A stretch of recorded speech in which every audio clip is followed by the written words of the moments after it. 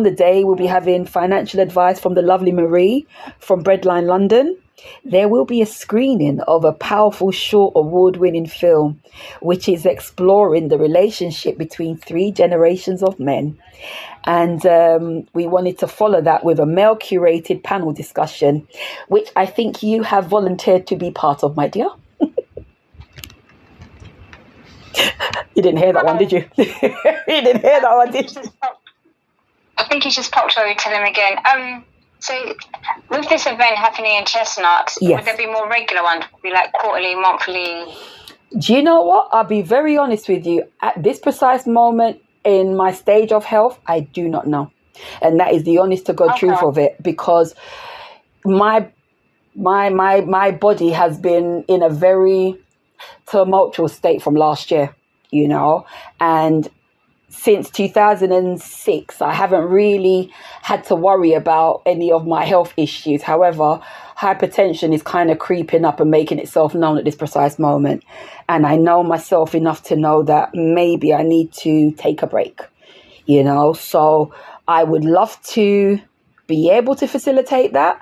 However, at the state I'm in at this precise moment, I wouldn't commit to it, you know. Would love to be able to do that, but I can't say I would commit to it at this precise moment. This is the 3rd, you know, installment of this particular event. Knowing me, I'll probably get a couple of months rest and then get bored and be out there. So I wouldn't say no, but at the moment there isn't anything planned, you know. And from the event, would you be putting any ways for people to get involved? If they may not come to the hub, but maybe like not like a book, but maybe like a resource guide or a ways to engage. Yeah, there absolutely will be a online ebook, beg your pardon, that will basically condense everything that we've done over the 3 events, and that will be available free, and it will be available from our website or from my own personal website, which is celenamcdaniel.com. But yes, there will be definitely an online resource for that. Yeah. Okay, great. You mentioned that you kind of went into Keynote and speaking. Yes. So for those of us that might want to follow that path, that tired of having to be doing everything, but Keynote gets more people, what was your process? Because I'm kind of thinking about it myself, but it's just like, how'd you get paid? Because I was a Toastmaster, I've learned how to speak, but it's like, how'd you get into the Keynote speaking arena to get bookings and find yourself doing more of them? So how would you? It was weird. It was definitely something that I wanted to do. It was on my bucket list, to put it bluntly, and it was amazing how it literally come through. I did training with a company called, Lord in heaven, sorry, the brain just switches off every now and then. Oh, goodness gracious me. Oh, Self-Made. So the Self-Made Academy is who I trained with, and they basically teach you everything that you need to know with regards to how to do your keynotes, how to craft them, what to include, how to look for your audiences, and how to get paid. So that's what I did last year, and it's amazing that I can actually remember half of what I remembered, because burnout and brain fog took my brain away. I joined in the 3rd week of March, and by the end of March, my memory went kaput. Yeah. Literally. You know, I'm talking, you tell me 2 sentences and ask me for the second one, I couldn't repeat it to you. It was, that freaked me out. That scared me, you know, because I said, I'm used to my body doing what it wants when it wants. I can work with that, but my brain is always pin sharp. Yeah, it decided last year we don't like it, you know, and that for me was scary. And as much as I've recovered, I am still in recovery now. And this is another reason why, you know, I've kind of definitely might need to take a step back just to definitely recover fully. But going into that kind of academy, it was really great. For me, it was amazing because I was totally clueless about what it meant to be a speaker, you know. So if you can find, they've got quite a few academies like that popping up, you know. What I would say is pop in like keynote speaking, either academies or keynote speaking courses or anything like that. Okay. You know, I would say, yeah, go that route. I know there was a gentleman, I can't remember what their name is. There was oh goodness me, there's a local community group that was doing keynote speakers training, and it was working with children, to be fair. Oh goodness me, not Godwin, is it Godwin Lawson? I know they did do something for young people. And they did do a young person's one. Yeah, I think. So it's looking for a group of people just to get your keynote out and be. Well, what I would say is, I think what is good to do is do radio interviews like this. Podcasting again is quite good because people get to see you, you know, and then you maybe approach people that you know, so schools or colleges. I'm lucky because I've spoken so much. I'm now going to be speaking at Manchester University in July, you know. But it's mainly about your network. So when you want to create your speaking opportunities, start with your network.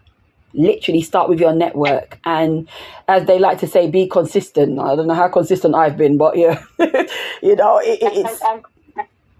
And do you have like a signature? Cause I know they talk about having like a signature speech that you kind of go to that you can kind of adapt for different audiences. That's right. And they speak. Yes, I have that one. It's Living with Lupus. I have that one. I've got navigating brain fog as a professional. I also have I have brain fog, the story of missing memory, beg your pardon. And you can see that mine still wavers in and out. And then we've got navigating fatigue as a professional, because even though fatigue is part of an autoimmune diagnosis, it has really been ramped up post-COVID. So there's a lot of people, there's a lot of people at work struggling on how to deal with fatigue. So, you know, I have keynotes for that. I have workshops to accompany that as well. And that's kind of where I am at the moment. So it's funny, this year, the opportunities keep on coming out of left field. You know, it was World Lupus Day on the 10th of May. And on the 8th of May, I was asked to speak at Eurostar to their staff, you know, just about living with lupus. So, I would say start with your network. And that, again, opportunity came from a lovely gentleman that saw our documentary and decided to give us a free photo shoot as a result, you know. So, use your network. I mean, prior to COVID, I actually was doing lots of talks. Yeah. The network was great. Yeah. It was the COVID thing shutting down where it's been trying to get back into it. But I kind of realized being outside kind of helps, but being actually in person. Yes. I know a lot of people go online, but I'm actually realizing being outside, speaking to people actually. Yeah. So I'm starting to get back in. But so just for listeners, if you're wanting to speak, take advice from Celena, how to kind of go out to people and just get visible. Yes. And talk your talk. And I tell you what, go back to your junior schools, go back to your senior schools, you know, say, look, I'm an old time, I used to come here back in XYZ. Can I speak to your pupils about whatever? You know, especially if I've done a few school ones. Yeah, schools are really good actually. When you do, I remember the first time I had to do a school. It was my friend's school, and she goes, could you come up, do you want to do that there? Yeah. The end of year. Yes. Thinking it was like about 50 young women. Oh no, the whole assembly, love. Whole assembly. I'm not looking, and it was all the way in like Richmond or somewhere in it. Oh, I'm wow. oh my God, a whole new crowd. Yeah. But you know what? It went well. Yeah. So, it was good. It was good. And parents were like, oh, we loved your talk. Yeah. I was like, yeah, great. Yeah. So again, you see, even like you've spoken at, like patients you've spoken at before, hit them up. Yeah, you know, say to them, look, I am XYZ keynote speaker, and I have some slots in my diary, and I would like to know if you'd like me to come and speak at your XYZ event. You know, I'll be speaking about this, and I think it would be great for your pupils because they need to understand this for whatever reason, you know. But that has been my dilemma. It's the pitching and proposing. I mean, if I did more of that, I would have more work. My love, believe me. It's the pitching. It's a pitching proposal where I'm just like, really? Yeah. I set days aside, like today was my pitching, when I'm trying to do pitching Wednesday. It's like, you just need to pitch, go out there and everyone you've made contact with, you need to pitch on a Wednesday. Yeah. It is now nearly 9 o'clock. Have I done it? My love, okay, so yes. I fully feel that pain. Believe me, I fully get it. Oh yeah, I'm gonna do it tomorrow. You know what? Okay, I'm gonna do it later. Okay. It honestly sometimes. I went for a walk outside, and because I thought, I only do half an hour. By the time I came back, I was so hot. I'm like, exactly. I'm too hot. Exactly. I'll do it later. Exactly. And I was like, later do come, but it's great. Yeah, it is. It's a lot. It is a lot. What I would say is, just start by creating like what do they call it? Lord in heaven. Just create a list. A list of all the people. Yeah. Just create a list of all the people or all the events that you've spoken at. Yes. And then start by basically just creating a email. Like a portfolio. Portfolio as well, but just create an email and just send it out. And just see. You know, see.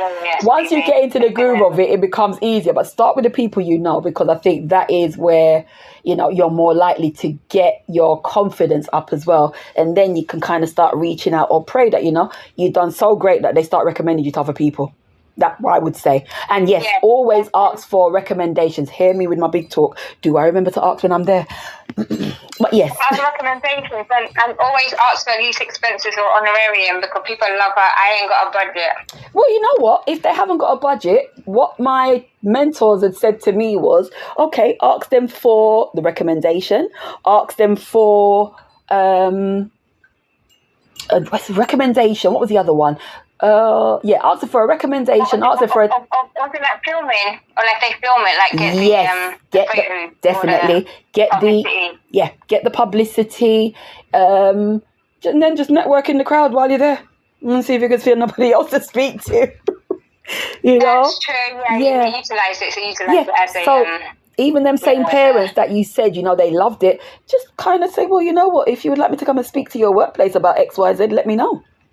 You never know where it lands. No, that's good. Thanks for that advice. So, listeners, if you're listening out there and you want to say speaking is a thing, we're getting to the half of the year. Next month is halfway through the year. Listen. If your goal was to do more speaking, we're halfway in the year, you can still catch it up. Definitely. Still catch it up. Definitely. Yes. So, do you want to give your details of how people can contact your Lupus Hub? Okay, so we are at, as I said before, www.lupushub.org. That is our website. If you want to email me, my email is info@lupushub.org. We are on the social medias. On Instagram, we are lupushub_. TikTok, Lupus Hub. Facebook, Lupus Hub. Where else are we? I'm on LinkedIn under CelenaMcDaniel.com, and that is also where you can find me if you want me to come and speak for you or you want me to curate a workshop. What else? Are we anywhere? Oh, YouTube. So if you would like to see some excerpts from all of our older events and some information about how we live with lupus, go to the Lupus. Let me bite my tongue. Not the Lupus Hub. Go to Lupus Hub. Yeah, go to Lupus Hub CIC. I believe it is on YouTube.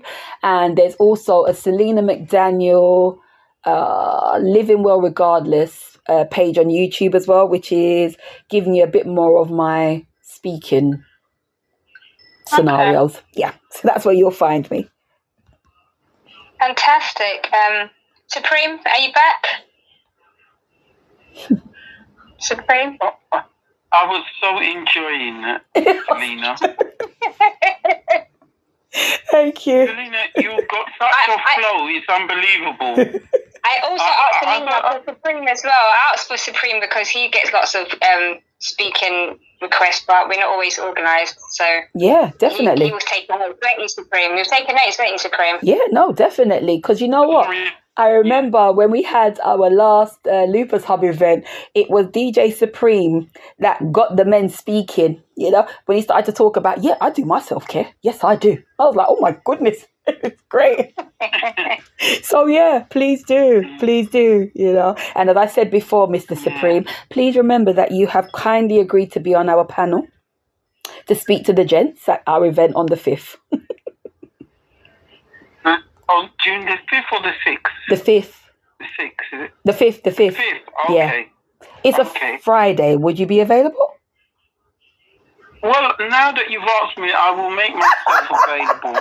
Lovely, that's what I like to hear. I feel so honoured because you know that when I came to your event, there's a gentleman that I really look up to who was there, and he used to be a radio presenter on Conscious Radio, and that was Stevie Marshall. I know, that's my uncle. And when I hear and I see what you're saying, and the adversity that yourself and him and people are going through and saying, I've done this and I've done that, and and you're going through such trials and tribulations, and it actually made me think, what did you go to uni to study, by the way, as well? So I was there. It was an open university degree. It was an open degree, and it was based heavily in biological sciences and health sciences. Okay, so when I see that, you've taken that baton, and you did use a word, but I don't like that word, bucket list. I say goals list and aspirations list, because you're ticking them off, Yes. And you've done what you've done, and you feel that that's your purpose and you're going for it. And I said, you know what, I salute people like you and Stevie, Thank you. In what you're doing, because I say, well, you know what, you're just going on like that battery, that Duracell battery, just going on. Bearing in mind, our Duracell battery it's more like the pound shop batteries. It's not even Duracell. it's more like the pound shop batteries, my love. But when we do we learn to make it work. We've learned to make it work. But, it's not an easy road, that I would definitely say. We just tend to make it look easy. Okay, that's good. Okay, so Celena, thank you very much for coming on and sharing what you're about, and it has been a very inspirational conversation. So thank you once again, Celena. No, thank you so much for the opportunity. I really appreciate that. You've opened the eyes to the situation. Or with lupus, because in all the years that I've seen Phil, I never knew he had lupus. Yes. I did think it was some kind of the tribal marks. Yes, a lot of people did, including ourselves. That. Yeah. This is and why. Sorry, carry on. Yeah. No. I noticed the young gentleman he's gone through his tribulation. Yeah. He's an influencer. His name's gone out my head. Chris Preddy. Pretty. Yes. Yeah. And then, what? It's so funny because I followed, I know Pretty, and he does a lot of YouTubes and Instagram. And he just went missing. And when I saw him again, and he went through the lupus, I was like, what? Yeah. Because he's a mature person, I'm going to say. And I thought, how did he get this? What happened? And he's got the stress. It's the keloid scarring on the face, you call it. Keloid? Or, the lupus scarring. The discoid scarring. He's that's when I noticed. I said, damn to him. Was he in a fight? That's the first thing I thought. Yeah. And then he just said what he'd been through. And he actually said, and this is interesting, how lupus played with his mental health. And he didn't want to be seen. You understand? All right. He said he really played with his... Yeah, go on. Mental health is, again, I was speaking to a lovely gentleman on Saturday on Chalk Hill Community Radio. And I had been on there before with lovely Patricia Blaze. And while we was there, a gentleman that was there casually turned around and said, oh, my sister had lupus. I said, oh, gosh, I'm so sorry to hear how she doing. He goes, she's no longer with us. She took her own life after she had a newborn because of neuropsychiatric lupus. So yes, lupus can affect the brain. Yeah. Oh, wow. Listen, it's like I heard it and I didn't hear it. And I'm driving home and I kid you not, I got onto the A406 and it took everything in me not to pull over and literally just let it all out on the side of the road. By the time I got home, my son was like, Mum, what is... I just sat on... I couldn't believe what I heard. Because the thing is, I had heard the story because it happened in Northumberland Park. I had heard the story, but they mentioned nothing about lupus. And this was years ago.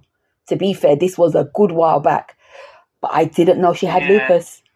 You know? So yes, lupus can affect the brain. Wow. Absolutely, yeah. Yeah, wow. You know? So yeah, what he says is absolutely true. You know, it's very damaging. And unfortunately, in our community, you know, you're not allowed to be sick. And if you are, you don't speak about it. Yeah. So it can really mess with you. Definitely, you know.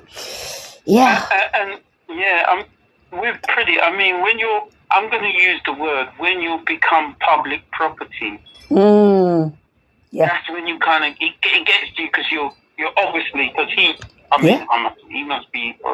2-3 times on Instagram a week he puts stuff out. Yeah. And then you can't do what you know, because everybody, well, I presumed everybody knew Pretty, to be quite honest, because I bumped into him years ago because he's always on about the youth culture. Exactly. Yeah. But Yeah. It's a lot, but I think it's for people such as myself and Chris Preddy, it's for us to actually speak about it and normalize it, because there are countless people living with lupus in silence, on their own, not knowing what the next hour might bring, you know. So at the end of the day, this is why I do what I do, just to raise the awareness and let people understand, look, it's a horrible illness. It can be a life sentence. However, while you are living, there is hope, most importantly. You know, and that's really the most important part of, look, I have lupus, this happened to me, but you know what? I've learned to live with it. You can too. Is it going to be easy all the time? Absolutely not. Because I said, lupus in my case, it behaves very well until it doesn't. And then when it doesn't, it likes to do something really bloody dramatic. Hence the stroke, you know. But at the same time, you can learn to live well with it. And there are new research coming out, created a lot of the times by us or functional medicine doctors, that are now linking lupus and autoimmune illnesses to, again, unfortunately, the gender and cultural disparities that we've got to live with.